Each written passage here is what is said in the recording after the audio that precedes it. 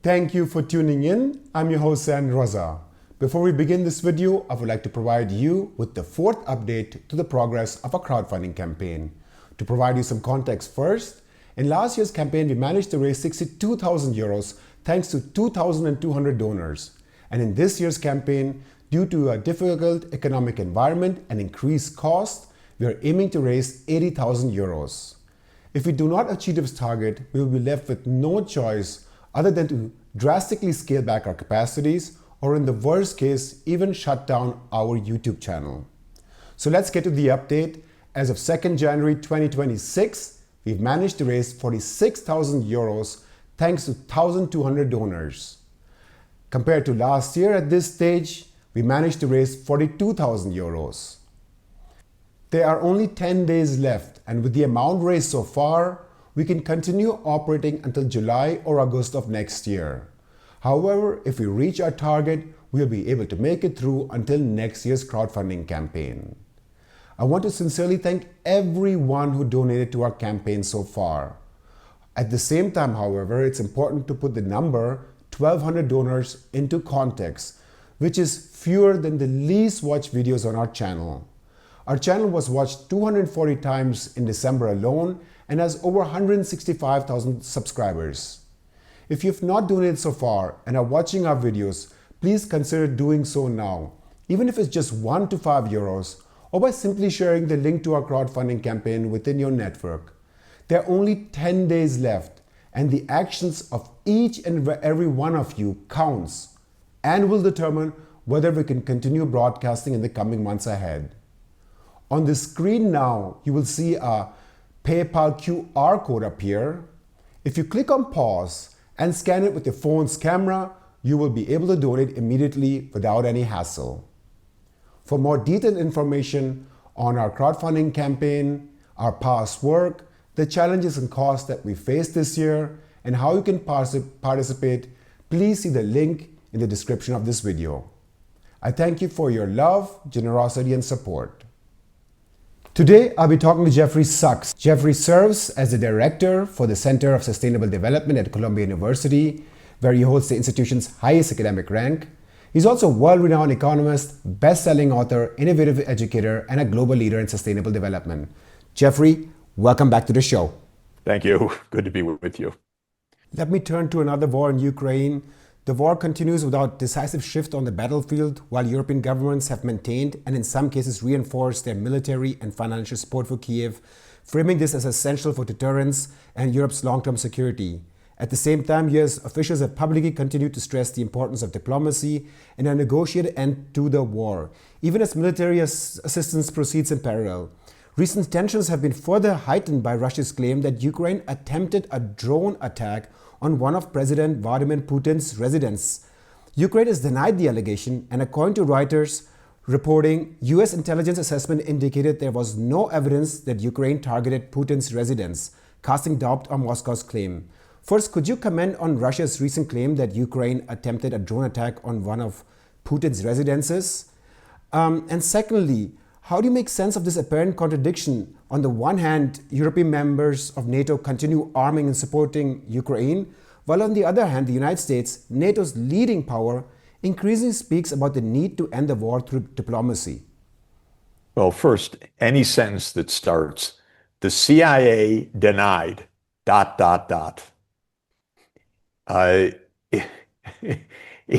is something that should be understood as a particular phenomenon. Whatever follows the ... doesn't matter. It doesn't have to be believed. As the former CIA director, Mike Pompeo, once told a group of students, we lie, we cheat, we steal. That's what we're taught. The CIA denial is a meaningless statement, please.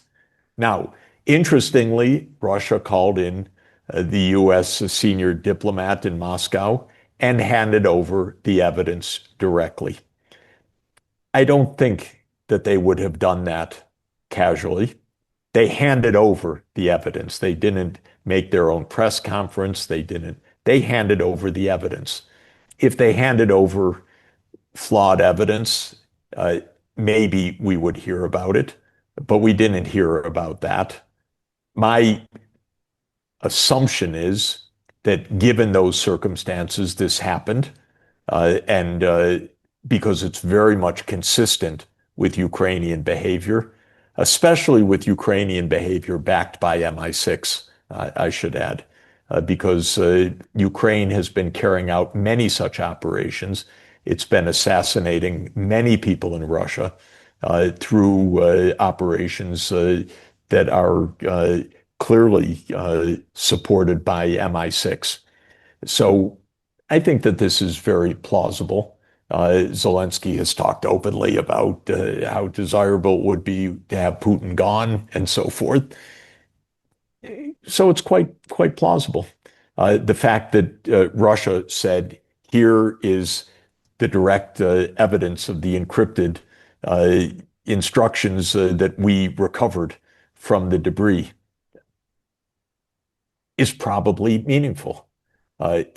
If there's a show that this is absurd, that this had nothing to do with this in the next days, that would be something. I doubt that we're going to hear that, and we certainly have not heard that.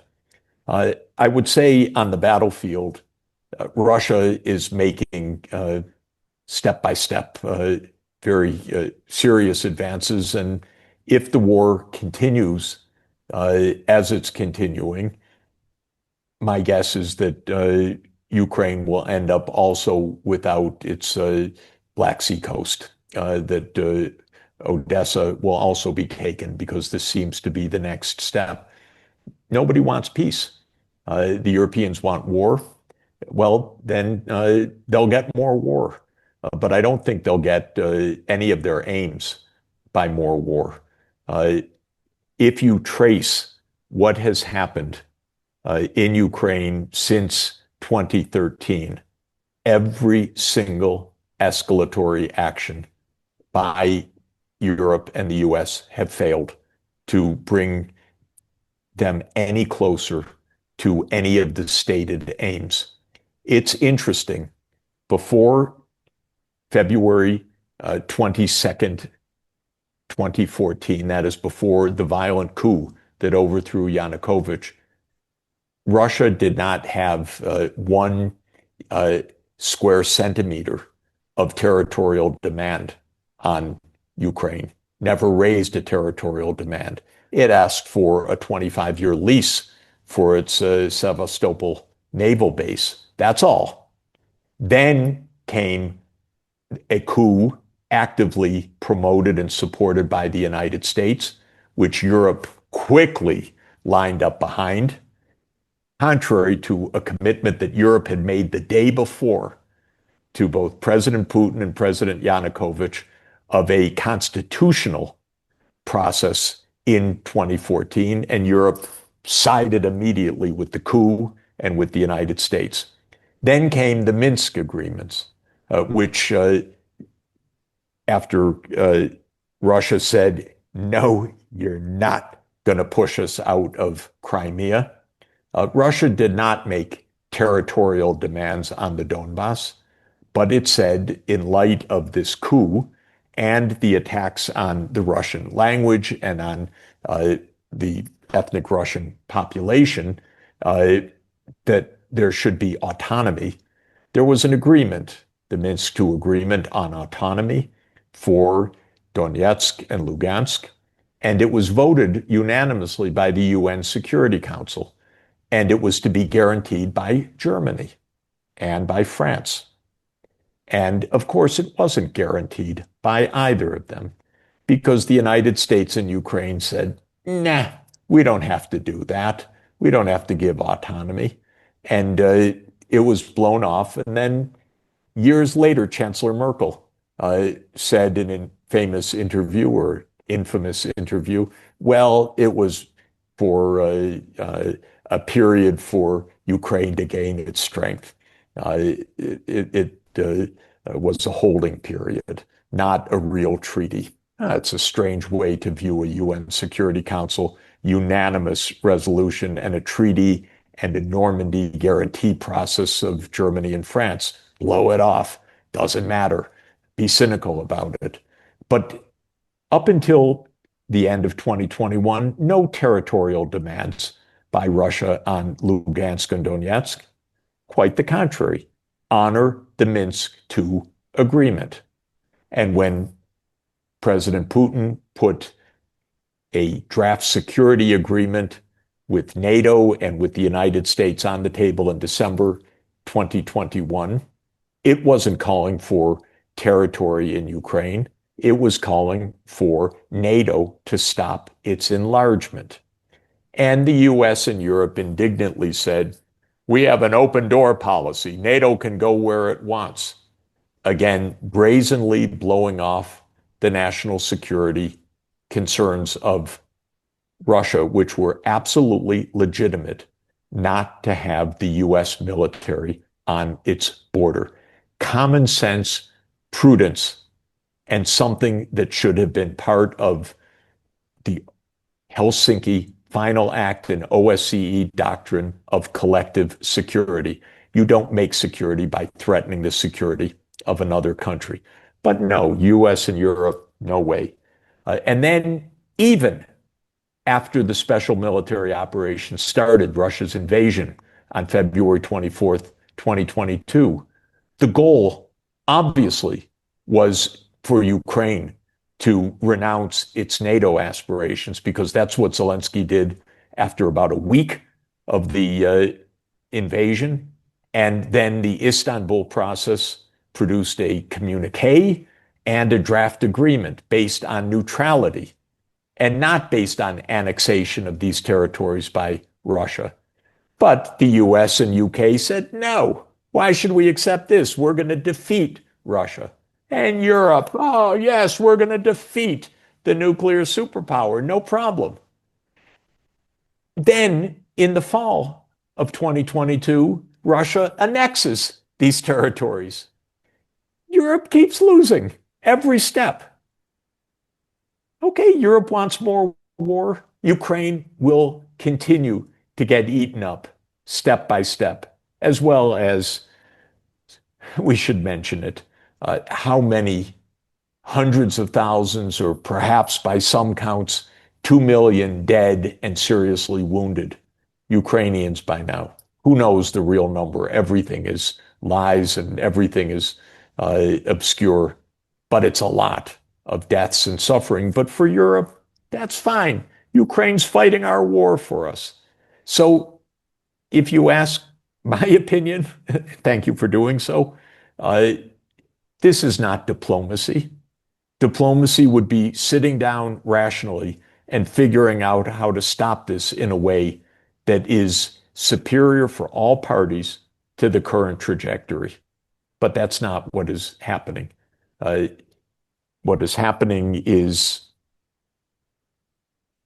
making kind of delusions. Yes, Ukraine must become part of NATO still. That's the official European doctrine at this moment. Are you kidding? That's where we are right now. So, of course, there's war. And the war does not go well. Let me put the perspective that is coming from the mainstream media as well as the political establishment that Russia is posing a threat to Europe. All of this militarization is taking place in Germany. For example, the government has now allocated a record 13 billion in its 2026 federal budget to support Ukraine. Sites that were marked for social use, for example, schools or sports, have now been taken back by the German military to be marked as sites for military development. And you can see this militarization all over the place, trying to recruit young people into the army, having military exercises, and it's also been affecting the social fabric of society. So there's a lot of talk about reforming the pension system, about trying to get people who've retired to work beyond the pension age. The healthcare sector is facing cuts this year. As an economist, do you think Germany's economy can be revived with all of this militarization like it did during the 1930s? Or do you think this is going to have a counterproductive effect? That's the number one. And number two, is Russia really interested in attacking? And does it have the capacity to do so? No, Russia is not interested in attacking Europe, uh, not at all. And what Germany is doing is a brazen self-destruction of the German economy. And we're watching it before our eyes. Contraction after contraction after contraction after contraction. The most recent data just of recent days was further contraction. None of this is going to revive the German economy. This is uh, this is an awful, awful process. And Germany should learn some history.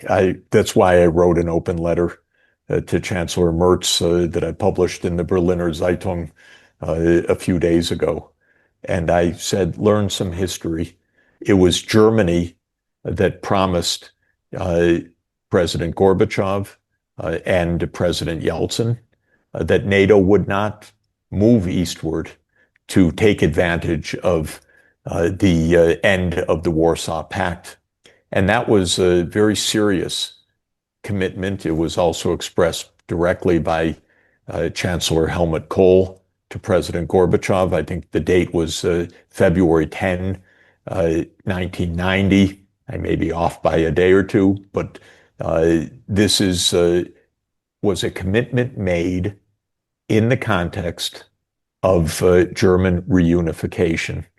It was not an idle chit-chat, as propagandists want to dismiss it right now. Germany should reflect on that. Germany should reflect on its failure to enforce the Minsk agreement. Germany should reflect on the torpedoing of the Istanbul process. Germany should reflect on its history and stop this militarization. And a chancellor of Germany has a responsibility to reach out to a president of Russia to say we should sit down and talk. Just that by itself is something that has been beyond what Merz has done.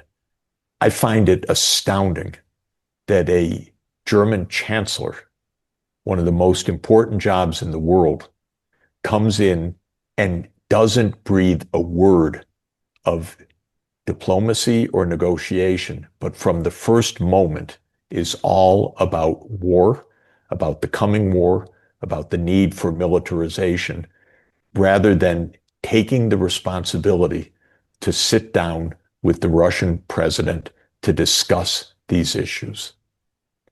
This, to my mind, is very alarming.